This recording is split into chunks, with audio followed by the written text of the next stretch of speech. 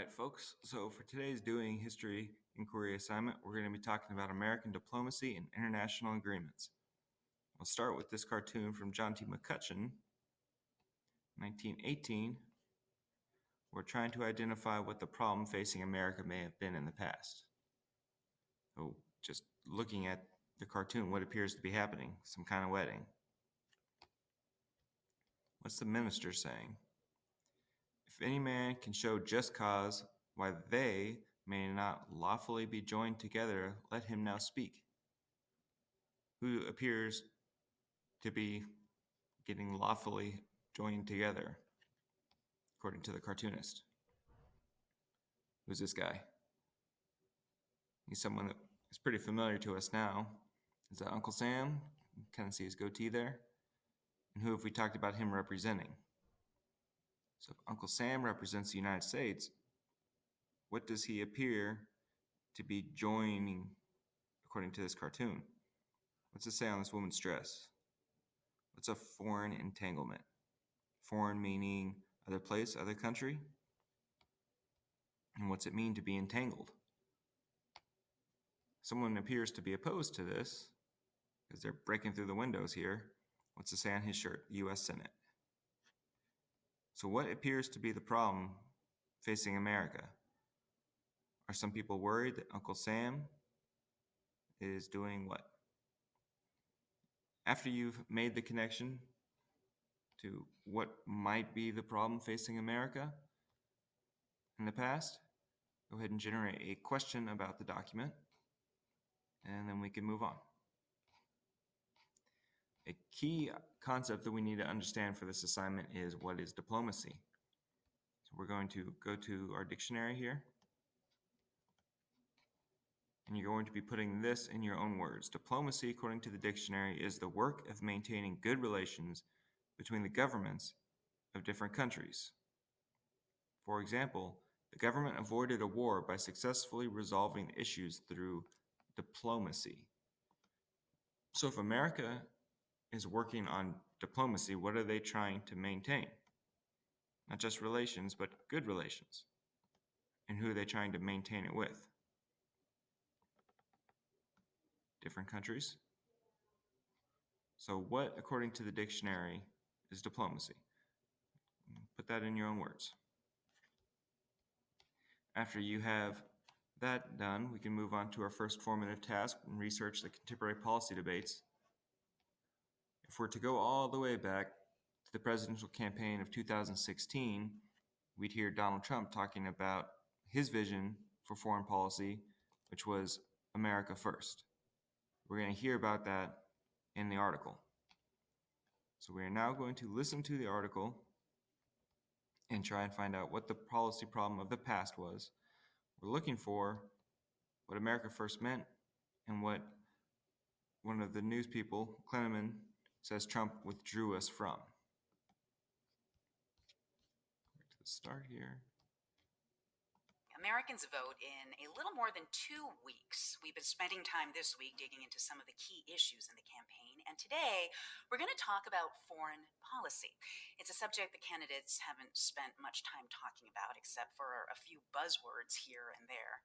As president, I have rejected the failed approaches of the past, and I am proudly putting America first. You know, America first has made America alone. The two visions the presidential candidates have laid out for America's place in the world stand in stark contrast.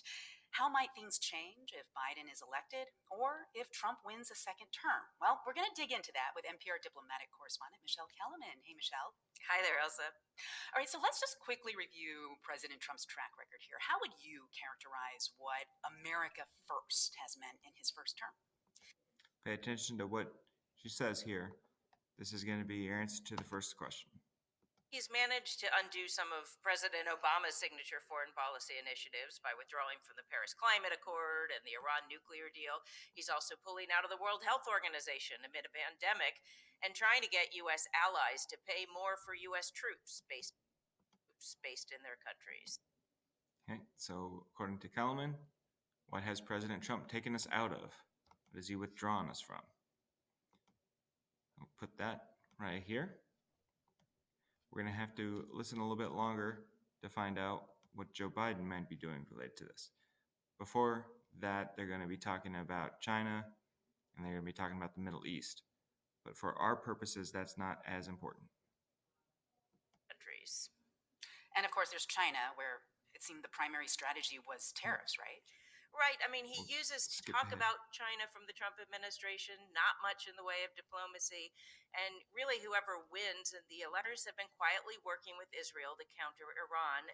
The Trump administration has been encouraging them now to normalize diplomatic relationships with Israel, and two countries are doing that.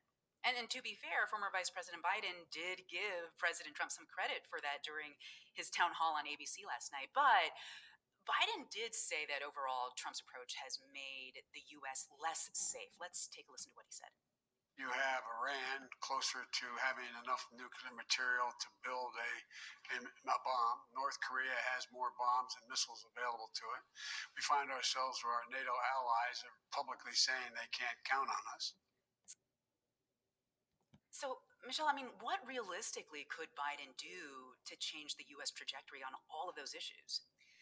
Well, a Biden administration could easily rejoin some international organizations in the Paris Climate Accord, those things he has promised to do.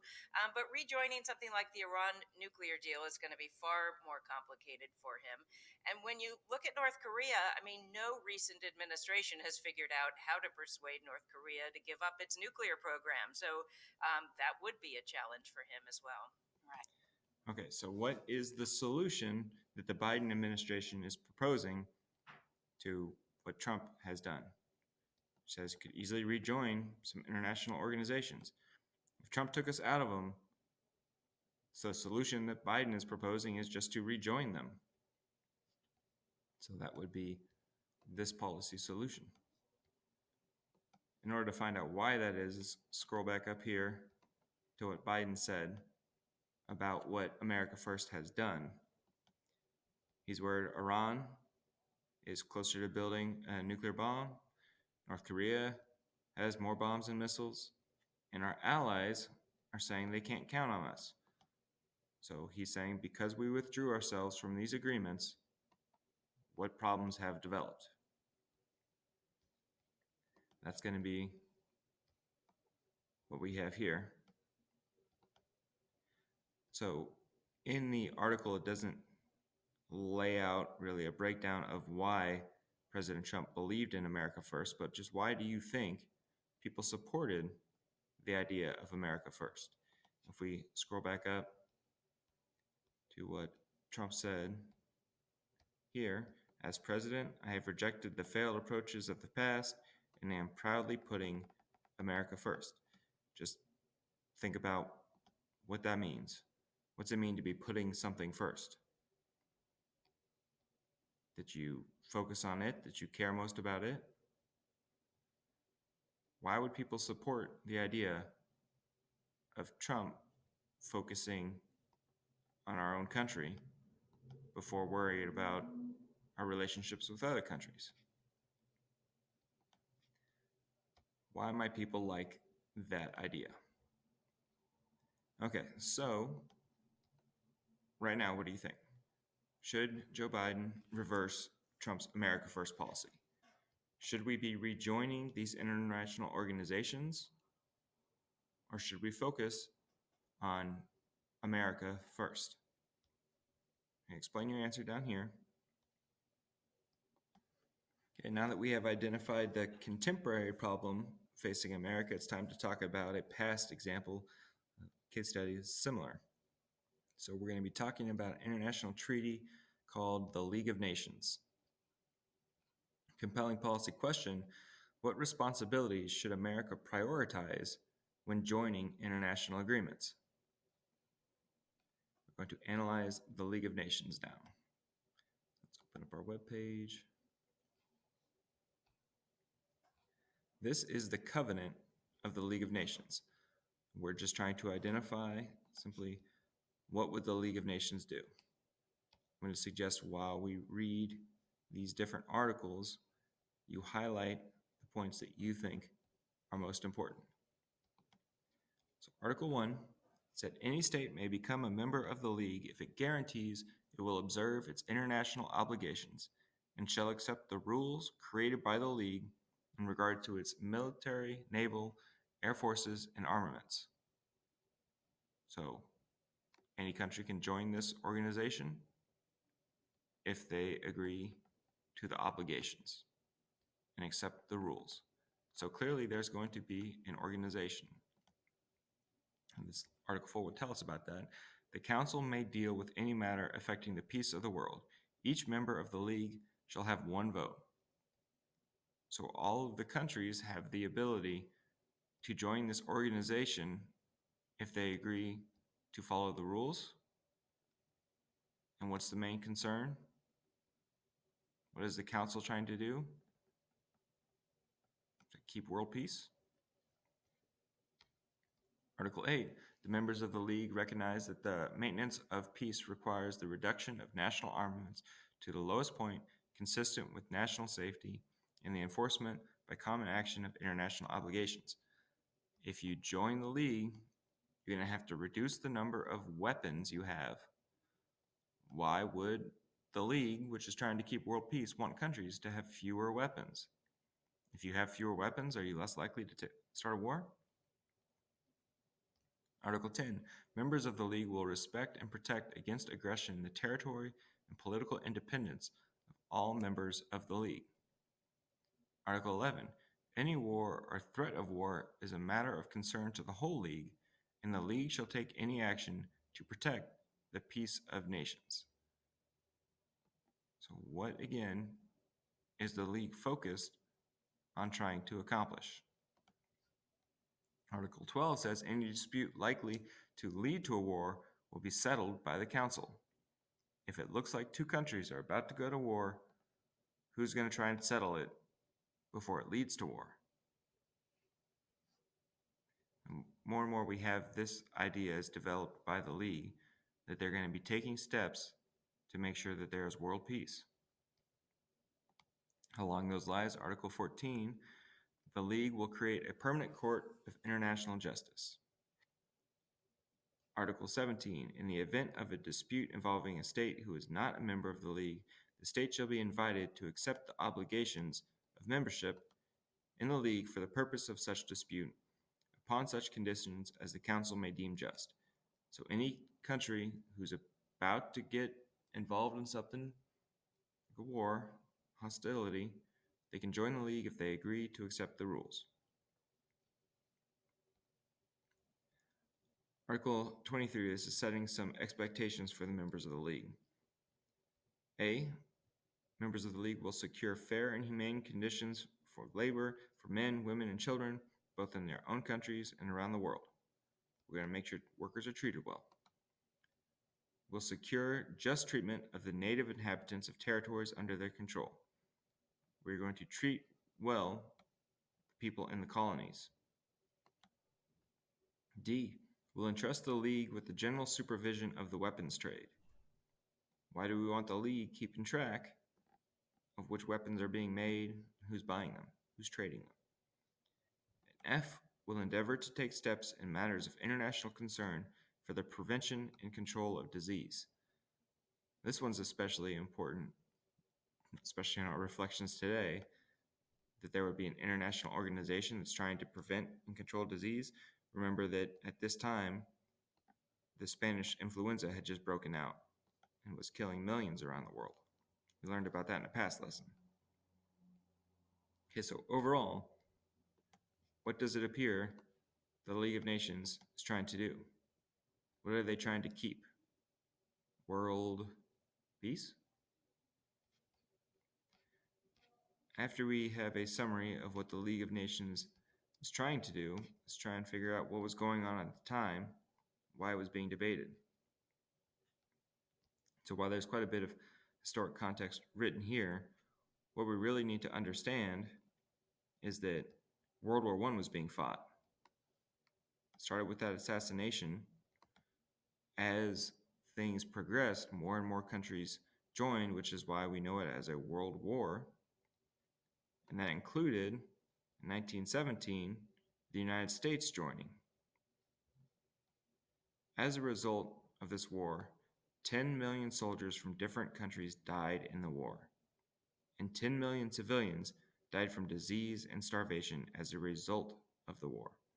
How could the fact that 20 million people died because of World War I lead to a number of countries getting together and deciding they should form an organization in order to prevent war? Why would 20 million people dying as a result of a war make countries want to create an organization to establish peace, keep peace? That's what the leaders of many countries did in 1919. They met in Paris for the Paris Peace Conference to create a treaty to end World War I, and part of that treaty included the League of Nations. So the question facing America then is whether or not they should join. So our historic context, we had World War I, we had 20 million people die because of World War I, and we have national leaders saying that we should never have war again. We need to work to keep the peace, and that's why they formed the League of Nations. America was just debating whether or not they should join it. And for our supporting question number 1, we're trying to find out why people believe the United States should be a part of international agreements. President Woodrow Wilson had been involved in the peace negotiations in Paris. But that doesn't mean that we joined it just because he helped plan it. He has to get Congress to approve of the treaty and joining the League of Nations. So he gave this speech, which is known as the Hand of God speech. We need to find out why he thinks we should join this organization. He said to Congress, "The United States entered both the war and the peace treaty negotiations as champions of right. At the peace table, it was America's duty to make sure all men might live without fear." What does he want people to live without? Remember that while we're reading, highlight important quotes that you think explain why we should join international agreements. The negotiations brought opportunities to do what statesmen had never been able to do. The opportunity to protect the rights of racial, national, and religious minorities by an international covenant, that means agreement, an opportunity to stop militaries from being mischievous. The people of the world demanded the conference should create a concert of free nations to make war impossible. Why should we join this international organization? That's what he means by concert. What are they going to do? Make war possible? Why would people want to make war impossible? A cry went out from homes in every land from which sons and fathers had gone to battle that such a sacrifice should never happen again. Why do people not want their sons and fathers going to battle again? What happened to some of those sons and fathers? The united power of free nations must put a stop to aggression, and the world must be given peace. Statesmen found the League of Nations as the main object of the peace. They saw it as the hope of the world. Shall we, or any other free people, hesitate to accept this great duty? Dare we reject it and break the heart of the world? The stage is set. The future is clear. The hand of God has led us this way. We cannot turn back. America shall show the way. What are the main reasons President Woodrow Wilson gives for us joining this international organization? What does he think the organization is going to do? If they're trying to make war impossible, they're trying to give the world peace, are those good enough reasons? Are those his main ideas? So if in the past Woodrow Wilson thinks that we should join international organizations to keep world peace, how does that matter today? Why did the Obama administration, and why does Joe Biden support us rejoining these organizations? What's the goal of these treaties. What are they trying to do in Iran? Prevent them from having nuclear weapons? Is that related to world peace?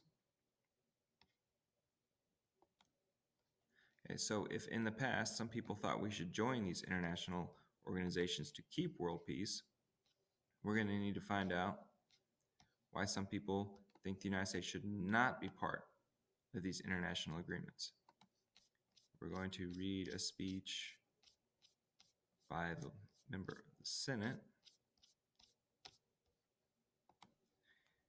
So remember that in order to join the treaty and the League of Nations, the Senate and Congress has to approve of it. We're going to listen to a speech by a Republican senator from Massachusetts named Henry Cabot Lodge. He was a strong opponent of Democrat President Woodrow Wilson. He was a member of the Committee on Foreign Relations. Remember that while we read, we're going to change the text to red if you think it's important. Find out why he thinks we should not join this international organization. He said, "Mr. President, I can never be anything else but an American, and I must think of the United States first." For our purposes, does that sound familiar? Does that sound important? Who does he want us to think about? Ourselves. I've never had but one allegiance. I cannot divide it now. I have loved but one flag, and I cannot share that devotion and affection to the mongrel banner invented for a league. Internationalism is to me horrible. Who does he love? Who's that one flag? Who does he have devotion and affection for? Is it to a league of other countries? Is it international? Or is it America? He said, "The United States is the world's best hope, but if you involve her in the fights of other nations, if you tangle her in the problems of Europe, you will destroy her power for good and endanger her very existence. Leave her to march freely through the centuries to come as in the years past." What does he not want us getting tangled in? Think back to our question focus document. Why do we not want to join these organizations? Because that's just going to get us involved in other people's what? No doubt, many excellent and patriotic people see noble ideals in the words League for Peace. We all respect and share these hopes and desires, but some of us see no hope, but rather defeat in this plan. For we too have our ideals, even if they are different from theirs. Our first ideal is our country. Our ideal is to make her ever stronger and better and finer, because in that way alone can she be the greatest service to the world's peace and to the welfare of mankind. What are his main ideas? Who does he want America to think about? Why does he want America to think about ourselves first? And how is that idea from the past related to Trump's idea of America first? Why do people not want us to be part of these international organizations? If we're part of an international organization, whose problems are we thinking about? Are they always ours, or are they others? If you believe in America first, whose problems should we be trying to solve? All right, step 4, time for our choices and consequences. What did the policymakers decide to do? Think to yourself, World War I had just ended. If you were a member of the United States government, would you join us into an organization that's trying to keep world peace? Many other major world powers agreed to form it, but the US Congress voted to stay out of the League. We did not join the League of Nations because people wanted us to be focused on who? So we did not join. Why did we make that choice? Who did some policymakers want us to focus on? This one has some pretty serious consequences. As a result of the United States not joining the League of Nations, the organization was weaker. Just imagine if America was part of it, America's a powerful country, would that have made the League stronger? After World War I had ended, things in condition in Germany were not very good, especially when the Treaty of Versailles put all of those punishments on Germany, the reparations, making them pay for the war, reducing their military, etc. Germany was unhappy, and they elected Hitler as a leader. He broke the rules imposed on the League, and the League let him get away with it. It was called appeasement. You'll hear this again in your next U.S. history class, and you probably remember hearing about it in your world history class. This allowed Hitler to develop Germany into a major military country, and that led to what? We call it World War I because there was a World War II. So because the United States did not join the League of Nations was weaker. If the League of Nations was stronger, might Hitler never been able to start World War II? We can't say that definitively, but as a consequence of us not joining, possibly, World War II happened? After World War II, the United States realized that the world is better off with us being part of international organizations similar to the League of Nations, and we joined one called the United Nations. It still exists today. So we didn't join the League in the past because the League was weak. World War II happened. And after World War II, we decided maybe we should be part of these organizations to create peace. Because with us participating, peace is more likely. All right, let's create your policy advice. What seems to be the similarity? Should the United States practice diplomacy and join international agreements? What was unique about the past policy?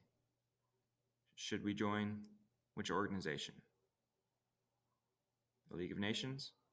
Or should we keep America first? What about today? Which organizations, which agreements do people think we should join? For example, the Iran nuclear deal, or the Paris Climate Agreement. Or should we keep which country first? Remember, President Trump uses the idea of America first, just like America first was an idea in the past. So you're going to use your evidence from the past to support or oppose Biden's plan to reverse Trump's America First policy. You need to use the evidence from the past to tell me, should we rejoin these international organizations, or should we focus on still trying to keep America first? Let me know if you have any questions while you're working on the assignment. Good luck.